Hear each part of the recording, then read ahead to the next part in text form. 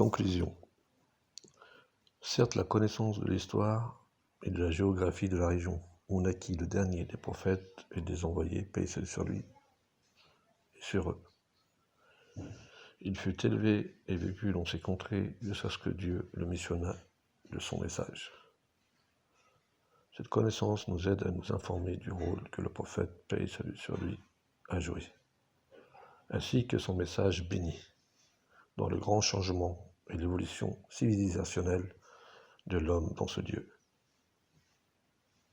dont les soucis et les espoirs étaient encadrés par la tribu. L'habitant de cette contrée ne connaissait pas l'État, ou ne connaissait pas d'État, ne connaissait pas de loi.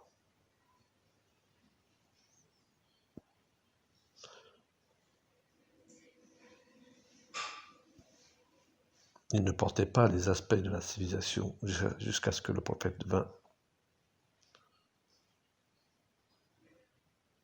Il fonda l'État islamique à Médine. Le changement historique se produit dans la vie de l'habitant de la péninsule arabique et ses environs. Certes, l'étude des phénomènes et des états qui entouraient la société pré-islamique, al-Jahili, avant l'islam, contribue à connaître, premièrement, les valeurs de cette société et de ses états.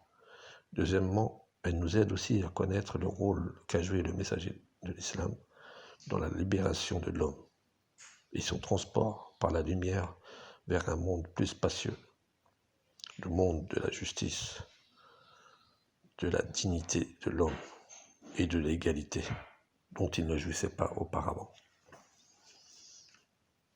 La situation politique de la société arabe ignorante avant l'islam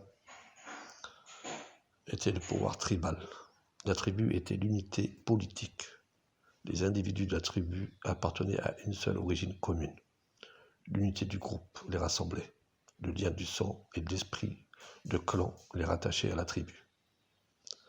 Cela provoqua la dissolution et la décomposition dans cette société ou de cette société. Il n'y avait pas d'existence d'une autorité gouvernementale, ni de système, ni de formation politique. Le gouverneur politique, c'était le fanatisme tribal aveugle. C'est ce que l'islam refusa par son appel.